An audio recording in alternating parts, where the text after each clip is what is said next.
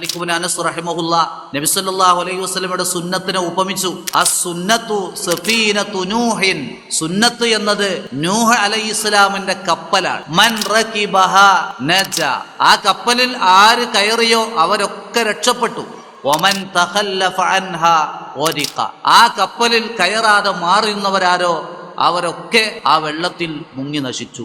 നൂഹ് അലൈഹിസ്സലാം ആദ്യമായി ഈ ഭൂമിയിൽ തൗഹീദിന്റെ പ്രബോധന പ്രവർത്തനം നടത്തിയ മഹാനായ പ്രവാചകൻ. അദ്ദേഹത്തിനെതിരിൽ ശത്രുക്കളുണ്ടായി. ഭൂരിപക്ഷം ആളുകളും ശത്രുഭാഗത്താണ്, ഷിർക്കിന്റെ ഭാഗത്താണ്. പക്ഷേ വിരലിലെണ്ണാവുന്ന ആളുകൾ മാത്രമാണ് വിശ്വാസികളായി മാറിയത്. അന്ന് ആ വിശ്വാസികൾ അള്ളാഹു രക്ഷപ്പെടുത്തി. ഒരു കപ്പലുണ്ടാക്കാൻ പറയുകയും ആ കപ്പലിൽ കയറാൻ പറയുകയും ശേഷം അടുപ്പിൽ നിന്ന് പോലും വെള്ളം പൊട്ടി ഒഴുകുന്ന നിലക്ക് ജലപ്രളയമുണ്ടായി. അതുകൊണ്ട് തന്നെ ആ ജലപ്രളയത്തിൽ നിന്ന് രക്ഷപ്പെട്ടത് വിശ്വാസികളായ വിരലിലെണ്ണാവുന്ന ആളുകളാണ്. ആ കപ്പലിനോടാണ് മാലിക് ഇബ്നു അനസ് റഹിമഹുല്ലാ നബി സല്ലല്ലാഹു അലൈഹി വസല്ലം പഠിപ്പിച്ച ചര്യകളെ ഉപമിച്ചത്. അപ്പൊ അതെങ്ങനെ നമ്മൾ വ്യാഖ്യാനിക്കണം, മനസ്സിലാക്കണം? റസൂലുള്ളാഹിയുടെ ചര്യയിൽ ആര് കയറിയോ അവർ രക്ഷപ്പെടും. ആ സുന്നത്തിൽ ആര് കയറാതെ ജീവിക്കുന്നുവോ അവർ പരാജയപ്പെടും, അവർ നശിക്കും എന്ന് തന്നെ നമ്മൾ മനസ്സിലാക്കും.